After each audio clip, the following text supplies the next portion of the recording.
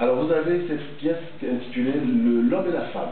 Alors on voit cette femme effectivement sur cette posture verticale qui tient dans ses mains ses défenses. Cette défense de l'éléphant qui est le principe masculin parce que c'est le phallique.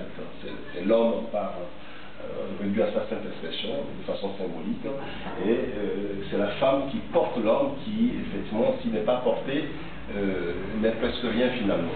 Voilà. Donc c'est un hommage aussi rendu à ces femmes qui nous portent, sans lesquelles nous avons du mal à être ce que nous sommes. Donc les matériaux sont des matériaux, je dirais, hétéroclites. On retrouve du plâtre armé à l'intérieur, puis stabilisé en surface avec toile de jute, tissu, sirop de bois, des papiers, des tissus, voilà, la sueur de bois, enfin, tout ce qui me permet justement de matérialiser au mieux l'idée que je me fais de la thématique abordée, voilà, tout simplement. C'est une exposition, je dirais, riche de couleurs, avec des pièces monumentales en sculpture et des tableaux de différentes dimensions. Là, on voit la France, cette femme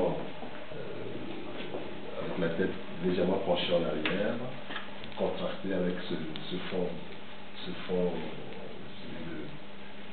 mauve. Voilà. C'est la France. Là, vous voyez, sur ce tableau, c'est l'eau et le feu.